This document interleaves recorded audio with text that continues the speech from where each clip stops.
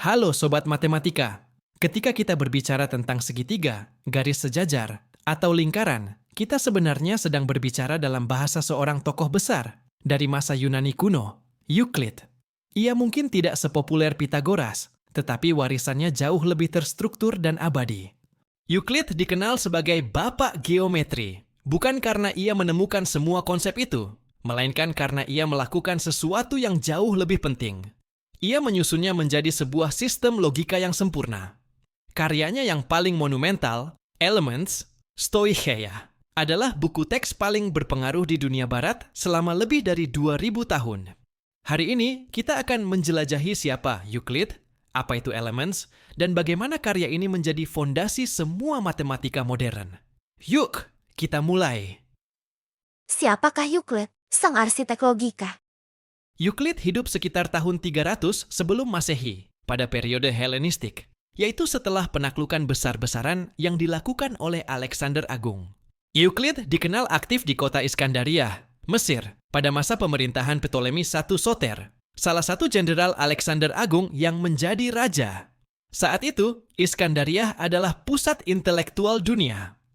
Kota ini memiliki perpustakaan besar Iskandaria yang menyimpan koleksi ilmu pengetahuan terlengkap dari peradaban kuno. Lingkungan inilah yang memungkinkan Euclid mengumpulkan, meninjau, dan menyempurnakan semua pengetahuan matematika dari era sebelumnya.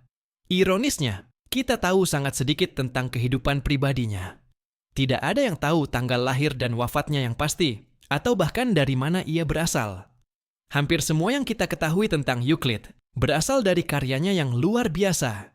Ia seolah-olah hanya ada untuk meninggalkan warisan matematisnya.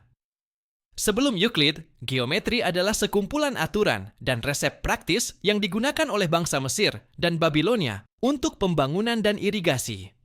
Sementara para filosof Yunani seperti Pythagoras dan Plato sudah mulai membuktikan teorema, tidak ada yang menyusunnya secara sistematis. Peran Euclid adalah sebagai perangkum dan guru yang brilian.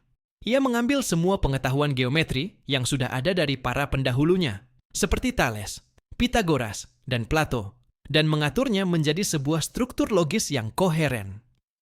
Setelah Euclid, geometri bukan lagi sekadar teknik praktis. Geometri adalah sebuah ilmu pengetahuan yang didasarkan pada deduksi logis dan bukti yang tidak terbantahkan. Kisah terkenal yang menggambarkan kecerdasannya adalah ketika Raja Ptolemy I bertanya apakah ada cara yang lebih mudah untuk mempelajari geometri daripada membaca Elements. Euclid menjawab dengan kalimat yang legendaris. Tidak ada jalan raja menuju geometri. Ini menegaskan bahwa dalam matematika tidak ada jalan pintas, hanya ada jalur logika yang ketat. Elements, kitab abadi matematika. Karya Euclid, Elements, Stoicheia, terdiri dari 13 buku atau volume. Kekuatan Elements terletak pada metode presentasi yang ia gunakan, sistem aksiomatik deduktif. Elements dimulai dari dasar yang paling sederhana dan logis, lalu membangun argumen yang semakin kompleks, langkah demi langkah, seperti membangun sebuah menara yang kokoh. Postulat, definisi, dan aksioma. Elements dimulai dengan memaparkan beberapa pondasi dasar yang harus diterima sebagai kebenaran, tanpa perlu dibuktikan. 1. Definisi. Penjelasan tentang istilah dasar. Contoh. Titik adalah sesuatu yang tidak memiliki bagian. Garis adalah panjang tanpa lebar. 2. Aksioma. Gagasan umum. Pernyataan yang jelas dan diterima di semua bidang, bukan hanya geometri. Contoh. Hal-hal yang sama dengan hal yang sama juga sama satu sama lain. O sama dengan B dan T sama dengan B, maka A sama dengan T. 3. Postulat. Pernyataan yang diterima sebagai dasar hanya dalam bidang geometri. Euclid mengajukan 5 postulat yang menjadi tulang punggung seluruh geometri Euklides. 5 postulat Euclid, pilar geometri. Inilah 5 aturan main yang digunakan Euclid untuk membangun seluruh sistem geometrinya. 1. Postulat garis lurus. Dari setiap titik ke titik manapun dapat ditarik sebuah garis lurus. 2. Postulat segmen garis. Setiap segmen garis lurus dapat diperpanjang menjadi garis lurus yang tak terbatas. 3. Postulat lingkaran. Dengan setiap pusat dan setiap jari-jari, dapat dibuat sebuah lingkaran. 4. Postulat sudut siku-siku.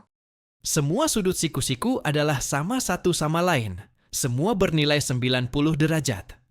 5. Postulat garis sejajar. Postulat yang paling terkenal menyatakan bahwa melalui sebuah titik di luar sebuah garis, hanya dapat ditarik satu garis yang sejajar dengan garis tersebut. Geometri deduktif dan dampaknya. Setelah menetapkan kelima postulat dan aksioma, Euclid kemudian menggunakan metode deduksi logis, sebuah proses pembuktian yang ketat, untuk menyusun 465 teorema atau proposisi. Deduksi dimulai dari premis yang diterima, postulat, lalu secara logis menarik kesimpulan, teorema. Teorema, sebuah pernyataan yang terbukti kebenarannya.